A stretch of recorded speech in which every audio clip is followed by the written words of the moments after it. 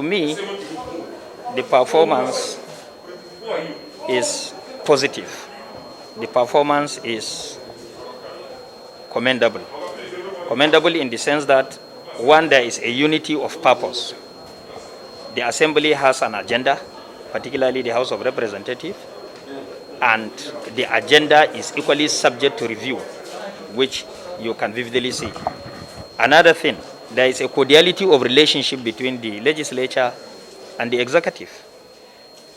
As you can equally witness, all executive bills and executive submissions have been processed accordingly and have been given due attention. And from the members' side, you understand that almost all members, regardless of their political party differences, regardless of their geographical locations, regardless of their religion, are allowed to participate actively in debates. And bills were selected on first in, first out basis, not on priority selection order.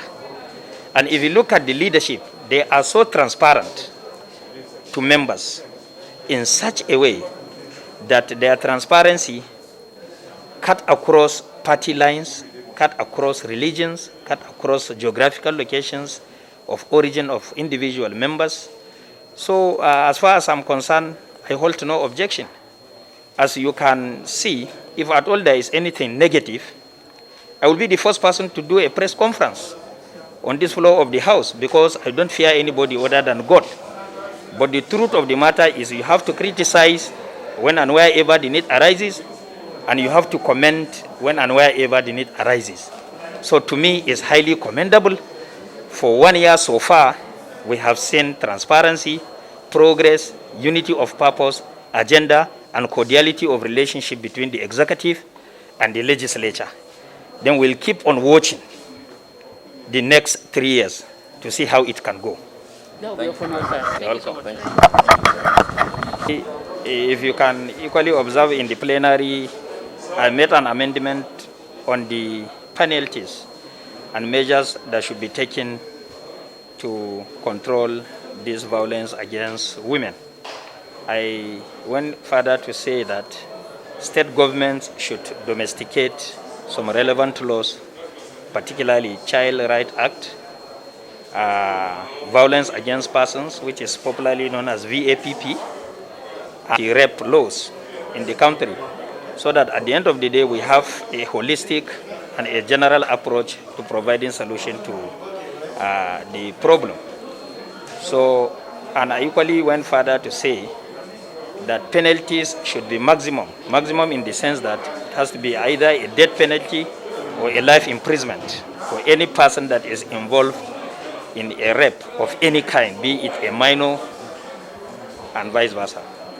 In the Constitution of the Federal Republic of Nigeria, to protect the lives and properties of citizens in the country, including the recovery of the remaining Chibok girls. We are still mounting pressure. We are still calling on the federal government to do her best for the recovery of such Chibok girls. I told the world, if government can give me their word to recover these girls, maybe in the next 3 months, I will even resign my position as a member of the House of Representatives, because to me,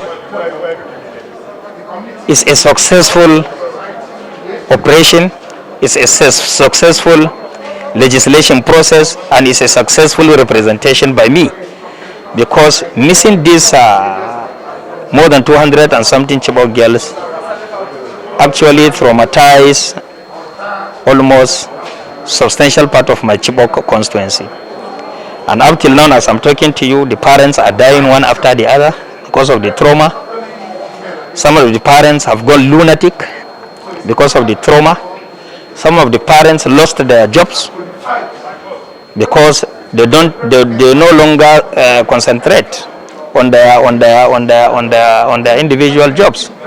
So there are a lot of things attached to the missing 100 and something not yet recovered Chibok girls. And for us as leaders, we'll keep on encouraging the parents to have faith in God, pray for the safe recovery and return of these remaining Chibok girls. For the ones that have been recovered, I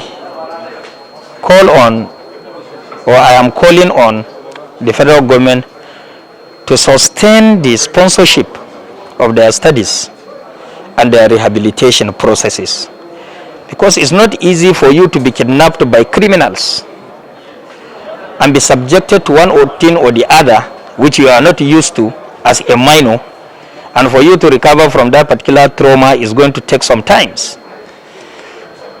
And I want people to understand that kidnapping or abducting Chibok girls may have even religious crisis, because substantial number of these girls that were kidnapped were Christians, and if not because of the understanding of our constituents, they would have turned the matter to be a religious something. But they understand that Boko Haram doesn't tolerate whether you are a Muslim or you are a Christian or whether you are a pagan. As far as they are concerned, in as much as you are not with them, you are not going to be with them, and whenever they meet you, they are going to kill you or they are going to adopt you.